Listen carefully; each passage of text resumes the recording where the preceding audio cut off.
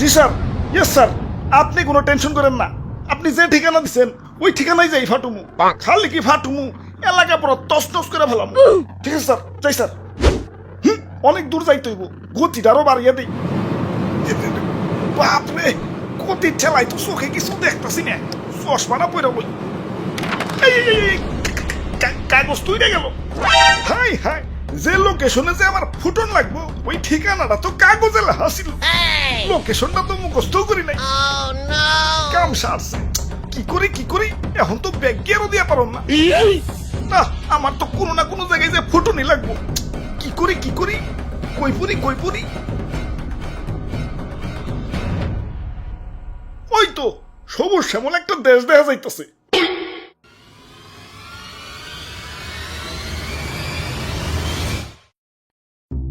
ভাই যাইতে দেন ভাই, দেরি হয়ে যাইতাছে। আব্বে হালায়, তুমি কোন আইসে দেখছো? চাঁদা পয়েন্ট, মানে চাঁদা ছাড়া ঢুকতে দন যাবো না। ওরে বাপুরে, ইয়া চাঁদা দেও আর আগে বাড়াও। চাঁদা তোলেন কেন ভাই? এটা তো ঠিক না ভাই। এত কথা না কয়ে চাঁদা দিয়ে বিদায় হও, পিছে সিরিয়াল লাগছে দেখো না।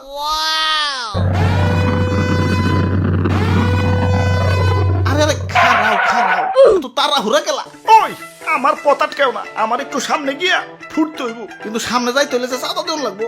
এই চাঁদা হবাই চাঁদা, এই রাস্তা দিয়ে যেই যাইব তারই চাঁদা দিতে হইব। দেন আপনার চাঁদা দাদা 150 টাকা। 150 টাকা? এই আমার কাছে কোনো টাকা নাই। টেকা না থাকলে তো যাইতে দেন যাবো না।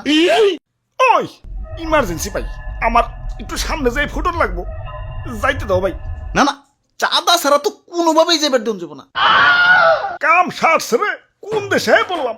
অন্য দেশে ঢুকতে গেলে তো এন্টি মিসাইল সিস্টেমের মুখোমুখি হইতে হয়, এনে তো চাঁদার মুখোমুখি অন লাগতাছে।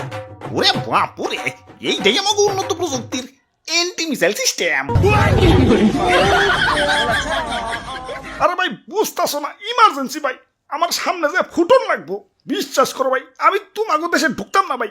খালি যে টার্গেটে যে আমার ফুটন লাগবো ওই ঠিকানাটাই হারিয়ে ফেলাইছে। এখন এটাই আমার জীবন, লঞ্চ করার পর আমার ফুটনই লাগবো, যাইতে দাও ভাই। যাও না, করছে কেরা চাঁদা দিয়ে জেনে মনে হয় হেনে যায় ফুটোগা। খালি শপিং মলটা বাদ দিয়ে, কারণ বাঙালি 99% এখন শপিং মলেই। ওরে বাপুরে, ইয়া চাঁদা দেও আর আগে বাড়াও।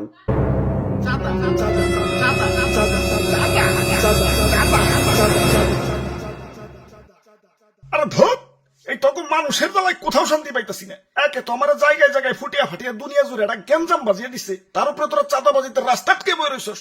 ওই তোরা কি দুনিয়াটা একটু গুছিয়ে গেছে সুন্দর রাখতে পারস না? দুনিয়াটা তো তগই নাকি, তোরাই তো থাকুস। একটু মিলামিশা থাকুন যায় না? লোভ, হিংসা, ক্রোধ, ক্ষমতা তখন তো দিন দিন অমানুষ বানিয়ে দিতেছে। আরে আমার ভাবতেও অবাক লাগে, এই মানুষ আমারে বানাইছে ওগো নিজে কই ধ্বংস করার জন্য। কিছু মানুষের রাজনৈতিক ঝগড়া আর ক্ষমতার লোভ শাস্তি দিচ্ছে সারা দুনিয়ার নিরীহ মানুষদের। আমি যখন আকাশে উঠি, নিচে দেখি বাচ্চারা খেলছে।